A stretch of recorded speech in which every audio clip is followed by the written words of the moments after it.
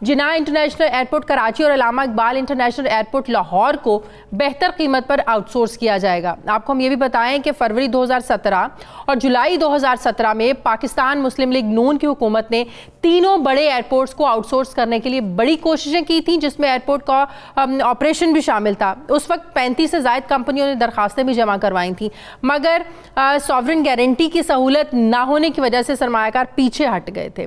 जबकि अब तहरीक इंसाफ की हुकूमत ने माहिरीन के तहफ़्फ़ुज़ात और लाहौर हाई कोर्ट के फैसले के बायस एयरपोर्ट्स का ऑपरेशन आउटसोर्स करने का जो फैसला ये तर्क कर दिया और एविएशन डिवीजन की सिफारिशात की रोशनी में इस्लामाबाद एयरपोर्ट का टर्मिनल और अराजी आउटसोर्स करने की तैयारी जो है ये मुकम्मल कर ली गई है। एविएशन डिवीजन ने विफाकी काबीना को 4 ऑपरेशन ऑप्शन जो है ना वो फराहम किए हैं। मास्टर रिटेलर्स और एडवर्टाइज के लिए 13.75 अरब रुपए 10 साला रिजर्व प्राइस का तखमीना लगाया गया। इसी तरह इस्लामाबाद एयरपोर्ट की अराजी 50 साल के लिए लीज पर देने से कम 16.82 अरब रुपए का रेवेन्यू हासिल हो सकता है। एविएशन डिवीजन ने दूसरे मरहले में कराची और लाहौर एयरपोर्ट आउटसोर्स कर जो है ना वो किया जाएगा। पेपर रूल्स के तहत बिडिंग होगी, लाइसेंस याफ्ता कंपनी बोली में शरीक हो सकेगी। एविएशन डिवीजन की समरी पर विफाकी काबीना कल फैसला करेगी। ब्यूरो चीफ इस्लामाबाद सुहेल भट्टी ने मुझे ज्वाइन किया। बहुत शुक्रिया सुहेल भट्टी आपका। सुहेल भट्टी, जब आउटसोर्स की बात करें तो जहन में एकदम से निजकारी का भी जो है ना वो जहन में आता है कि कहीं ये प्राइवेटाइज तो नहीं होने जा रहा। तो ज़रा ये बता दें हमारे नाजरीन को, आउटसोर्स और निजकारी में इसमें फ़र्क है ना, और इनकी कानूनी हैसियत क्या है जो हम आउटसोर्स करने जा रहे हैं? देखिए, ये निजकारी बिल्कुल नहीं की जा रही, ये आउटसोर्स किया जाएगा। आसान लफ्ज़ों के अंदर इस्लामाबाद एयरपोर्ट को पहले मरले में ठेके पर देने का फ़ैसला किया गया। जब किसी वफाकी हुकूमत की किसी असासे को अगर प्राइवेटाइज़ कर दिया जाता है तो फिर वो असासा एक मखसूस कंपनी की मलकियत हो जाती है। यहाँ पर मामला जो इस्लामाबाद एयरपोर्ट या दीगर जो हमारे बड़े एयरपोर्ट्स हैं, बिलखसूस जिन्ना इंटरनेशनल एयरपोर्ट, अल्लामा इकबाल इंटरनेशनल एयरपोर्ट, जब मुस्तकबिल में इनको आउटसोर्स किया जाएगा तो इनकी मलकियत वफाकी हुकूमत की ही रहेगी। सालाना बुनियादों के ऊपर हुकूमत उनसे एक रेवेन्यू हासिल करेगी, उसके अंदर मुद्दत का मुतय्यन होगी।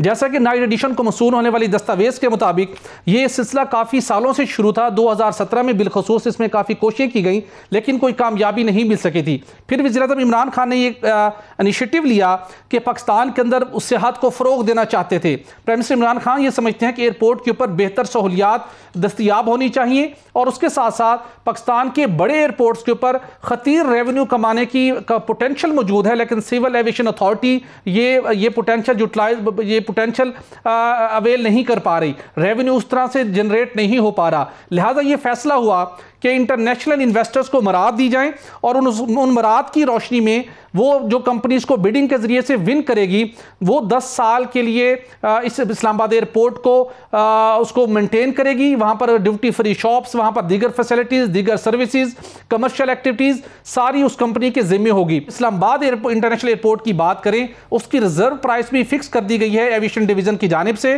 जिसके अंदर तमाम रेलेवेंट स्टेक होल्डर की मशावरत भी शामिल है, जो कि 13.75 करोड़ रुपए है। इसके अलावा जो इस्लामाबाद एयरपोर्ट की अराजी है उसे भी लीज पर देने की असूली तौर पर फैसला किया जा चुका है, वहां से भी अरबों रुपए का रेवेन्यू हासिल होगा। एविएशन डिवीजन ने ये समरी वफाकी काबीना को अरसाल की है, जो कल वफाकी काबीना के इजलास में पेश की जाएगी और वहां वफाकी काबीना को सारा कंपैरिजन बताया जाएगा कि यहां पर इस्लामाबाद इंटरनेशनल एयरपोर्ट पर कितना पोटेंशियल मौजूद है। कतर के अलावा और ममालिक भी दिलचस्पी रखते हैं इसमें, या सिर्फ कतर ही पहले मरहले में इसमें आउटसोर्स करेंगे कतर कोई? देखिए, अगर हम 2017 की बात करें तो मुख्तलिफ 35 गैर मुल्की कंपनियों ने इसके अंदर दिलचस्पी का इजहार किया था, लेकिन उस वक्त इस्लामाबाद एयरपोर्ट या दीगर एयरपोर्ट का ऑपरेशन भी आउटसोर्स करने का उस टेंडर डॉक्यूमेंट्स का हिस्सा था। लेकिन बहुत से माहिरीन ने सिक्योरिटी पॉइंट ऑफ व्यू से खदशात का इजहार किया था और उसके बाद लाहौर हाई कोर्ट में इस मामले को चैलेंज किया गया था, जिसके बाद अब पाकिस्तान तहरीक इंसाफ की हुकूमत ने एयरपोर्ट का ऑपरेशन अपने पास ही रखने का फैसला किया है और एयरपोर्ट के ऊपर जो दीगर कमर्शियल एक्टिविटीज़ हैं, दीगर सर्विसेज हैं, उनको सिर्फ आउटसोर्स किया जाएगा। और इस हवाले से अगर हम देखें तो कतर इस हवाले से बहुत ज़्यादा इंटरेस्ट शो कर चुका है पहले ही, और कतरी हुकाम की ये कोशिश थी कि पाकिस्तान के तीनों बड़े एयरपोर्ट्स, जिसके अंदर इस्लामाबाद इंटरनेशनल एयरपोर्ट शामिल है, जिसके अंदर जिन्ना इंटरनेशनल एयरपोर्ट शामिल है, जिसके अंदर अल्लामा इकबाल इंटरनेशनल एयरपोर्ट शामिल है, वो तीनों एयरपोर्ट का ऑपरेशन भी हासिल करना चाहते थे। उन्होंने आउट ऑफ द वे कोशिश की। इवन कतरी हुकाम ने प्राइम मिनिस्टर इमरान खान से यह मामला टेकअप किया था कि आप तीनों एयरपोर्ट्स G2G बेसिस, इनके गवर्नमेंट टू गवर्नमेंट बेसिस के ऊपर हमारे हैंड ओवर करें। लेकिन जो फाइनल प्रपोजल सामने आया है उसके अंदर वो ऑप्शन रिफ्लेक्ट नहीं हो पा रही। अगर वफाकी काबीना से मंजूरी भी ली जाएगी, इसकी समरी पेश की जाएगी, फिर वफाकी काबीना कल मंजूरी देगी। जी बिल्कुल, क्योंकि दिसंबर 2019 में प्राइम मिनिस्टर ने बोर्ड ऑफ इन्वेस्टमेंट को ये हिदायत की थी कि आप जो इन्वेस्टर्स हैं उनको कुछ मजीद उनके लिए मराहत का तयन करें और ऐसा तरीक़ेकार वज़ा करें जिसके नतीजे में ये जो आउटसोर्सिंग का प्लान है सक्सेसफुली एग्जीक्यूट हो सके। तो अब वो प्लान, हतमी प्लान तैयार हो चुका है जिसकी दस्तावेज नाइट एडिशन को एक्सक्लूसिवली मसूल हुई हैं और कल वहां पर 4 ऑप्शंस पेश किए जाएंगे वफाकी काबीना के सामने, जाके प्राइम मिनिस्टर इमरान खान का जो विजन है कि पाकिस्तान के अंदर इंटरनेशनल जो टूरिस्ट है उनको अट्रैक्ट किया जाए और जो लोग यहाँ पर आए वो पाकिस्तान का एक बेहतर इमेज लेके जाएं। जितने टूरिस्ट आते हैं सबसे पहले कंट्री का जो इमेज होता है, जो फर्स्ट इंप्रेशन होता है, वो एयरपोर्ट पे उनको एयरपोर्ट के ऊपर मिलता है। राजा आमिर अब्बास, साबिक प्रोसिक्यूटर नैब, माहिर कानून, अस्सलाम वालेकुम, बहुत शुक्रिया राजा आमिर अब्बास साहब। आमिर अब्बास साहब, आजकल फिर से एक बार ये सवालात उठना शुरू हो गए हैं कि नैब जो है, हम देखते हैं बड़े हाई प्रोफाइल केसेस पर हाथ डालता है, उनको पकड़ता है, गिरफ्तारियां होती हैं, 2-2, 4-4, 6-6 महीने उनको अंदर रखते हैं, इन्वेस्टिगेशन होती है, निकलता कुछ नहीं है। अब एक बार फिर से धूम मची हुई है कि नैब ने शहबाज शरीफ साहब, नवाज शरीफ साहब और उनके खिलाफ उनकी जो जाती उमरा की जो ज़मीन है उस पर जो गैर कानूनी तौर पर हासिल करने पर एक नया रेफरेंस जो है ना वो तैयार कर लिया है। तो ये नैब कर की कारकर्दगी पर एक बहुत बड़ा सवाल नहीं है कि आप इतने बड़े बड़े लोगों को पकड़ तो लेते हैं, साबित आप कुछ नहीं कर पाते। इतनी बड़ी मिसालें आप देख लें, मुस्लिम लीग नून के, पाकिस्तान पीपल्स पार्टी के बड़े बड़े नाम हैं। जी शाजिया, हाँ, ये सवाल की जो अब लेवल है ना, ये सवाल से बहुत ऊपर बढ़ा चला गया है कि ये अब सिर्फ सवालिया निशान नहीं रहा, ये एक ऐसा वहां पे एक एलिमेंट बन गया है कि इस कौम में जो एक आज से 2 या 3 साल कबल एक उम्मीद की किरण आई थी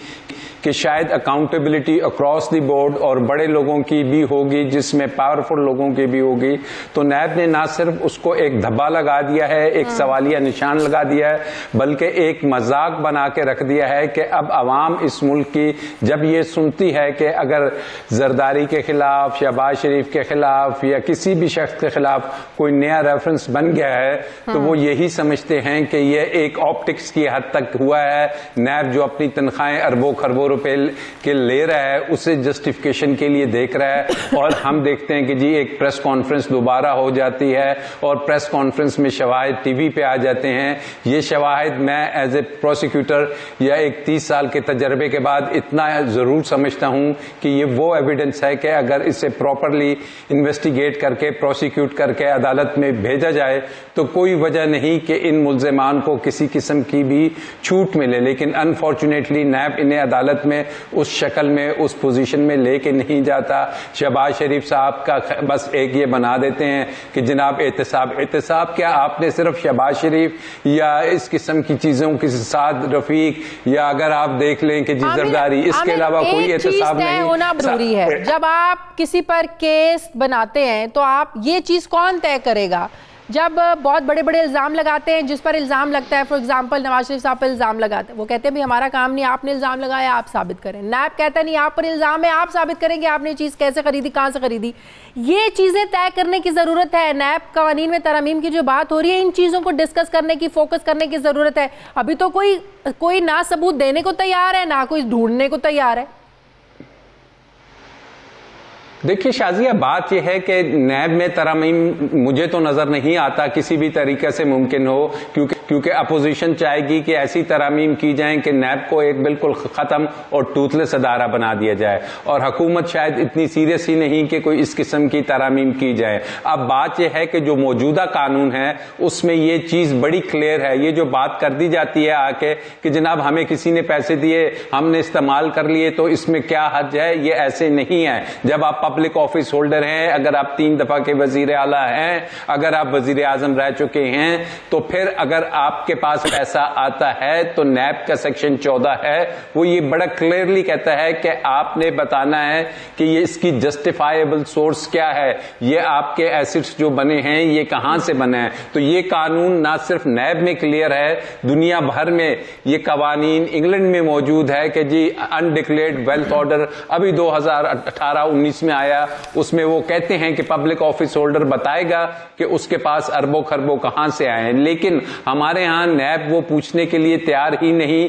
एक रेफरेंस अदालत में पड़ा रहता है। यही शहबाज शरीफ की जमानतें हो गई, यही शहबाज शरीफ वो जो कॉन्विक्ट मियां नवाज शरीफ हैं उन्हें लेके गए।